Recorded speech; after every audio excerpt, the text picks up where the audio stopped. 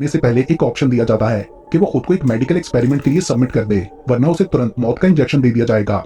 Sergeant styles कोई और option ना होते हुए खुद को मेडिकल एक्सपेरिमेंट के लिए सबमिट करने का फैसला करता है, जिस एक्सपेरिमेंट का उसे बिल्कुल भी आइडिया नहीं था। देन एक डॉक्टर कर्सा उसे एग्जामिन करने के लिए आती है।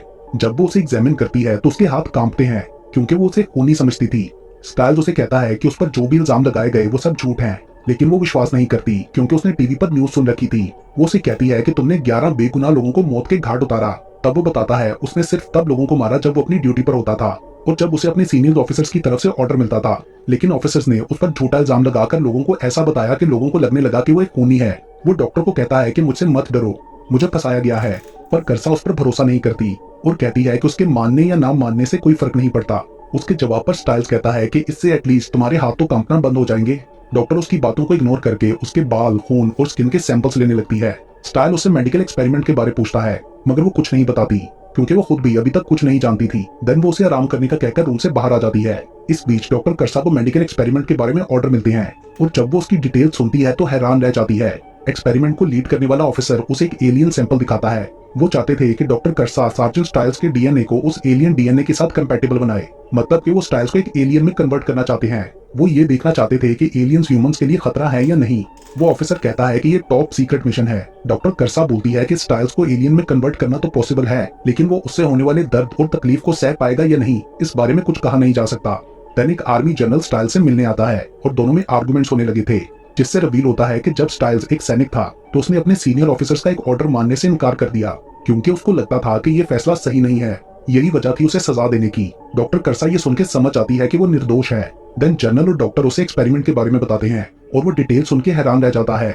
उसे उम्मीद नहीं थी कि वो उसके साथ ऐसा एक्सपेरिमेंट करेंगे। स्टाइल्स पहले इस आर्मी जनरल पर भरोसा करता था और वो कहता है कि वो समझता था कि जनरल उसके साथ है।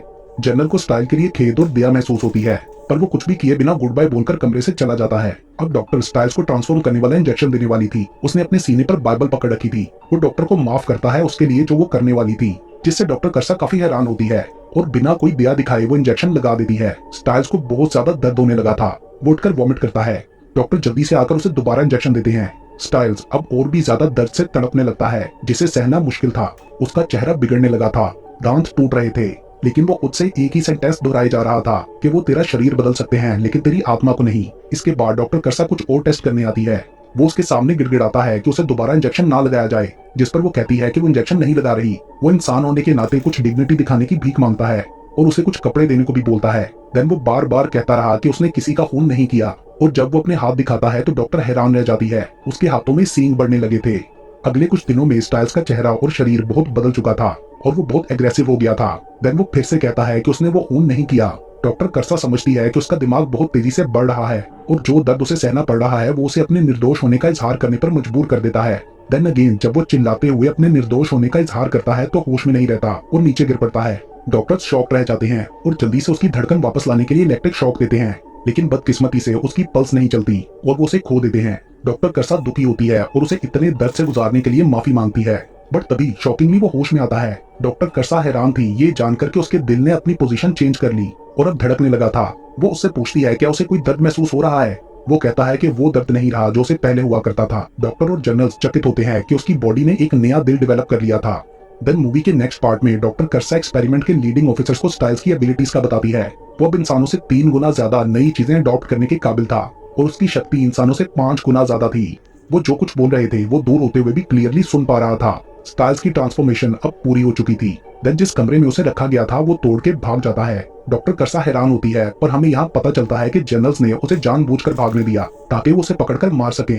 उन्होंने ऐसा किया क्योंकि वो टेस्ट करना चाहते थे कि वो एलियंस का शिकार कर सकते हैं या नहीं। डॉक्टर कर्सा बहुत गुस्सा होती है कि जनरल्स ने ये सारा एक्सपेरिमेंट कराया सिर्फ उसे मारने के लिए। स्टाइल्स इलेक्ट्रिक फेंस तोड़कर भाग जाता है और आर्मी उसे ढूंढना शुरू करती है। स्टाइल्स अब जंगल में था और वो पानी में अपना रिफ्लेक्शन देखकर खुद से वही लाइन दोहराता है कि वो तेरा शरीर तो बदल सकते हैं पर तेरी आत्मा को नहीं। पीछे मिलिट्री फोर्स उसे ढूंढ रही थी। स्टाइल्स छुप के एक सैनिक को उठा लेता है और उसका रेडियो लेकर जनरल को मैसेज देता है कि वो किसी को नुकसान नहीं पहुंचाएगा और वो जानता है कि उन्होंने जानबूझकर उसे भागने दिया। जनरल्स ये सुनकर शॉक थे। देन स्टाइल्स उस आदमी को छोड़कर चला जाता है, लेकिन दूसरे सैनिक उस आदमी को मार डालते हैं ये समझते हुए कि वो स्टाइल्स है।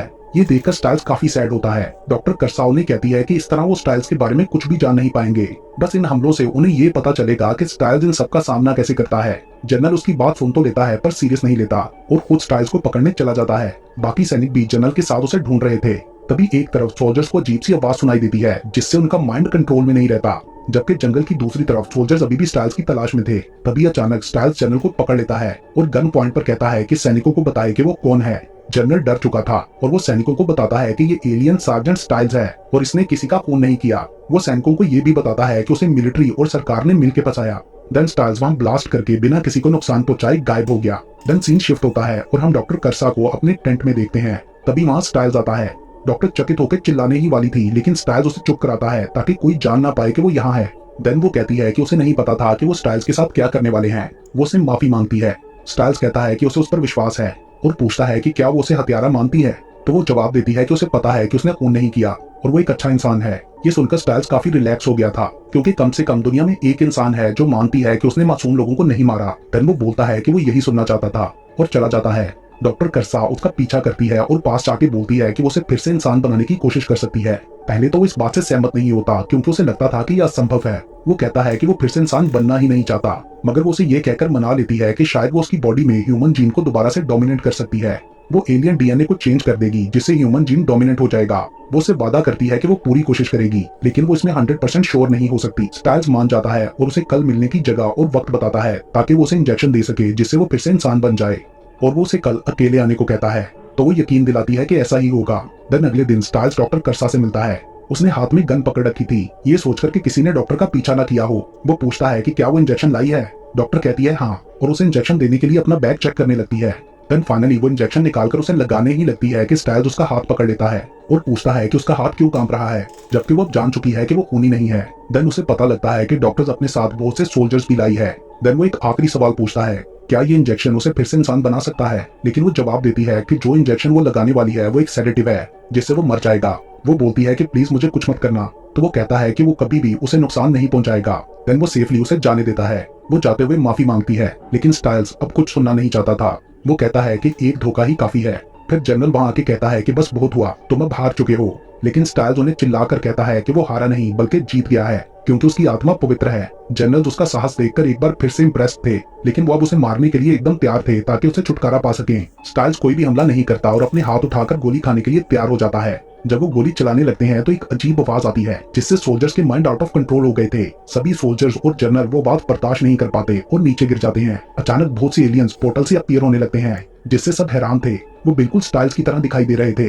एक एलियन स्टाइल्स के पास आता है और उसके चेहरे को दोस्ती भरी नजरों से देखता है। एलियन अपना हाथ उसके कंधे पर रखता है और स्टाइल के साथ गायब हो जाता है और बाकी सभी एलियंस भी पलक झपकते ही गायब हो चुके थे। जनरल सबसे खुश थे लेकिन डॉक्टर खुश नहीं थी क्योंकि वो जान चुकी थी कि उनका टेस्ट फेल हुआ। एलियंस ने सब कुछ जानबूझकर सेटअप किया था ताकि उन्हें पता चले कि इंसानों की नेचर क्या है और वो जान गए कि इंसान कितने बुरे हैं। और इसके साथ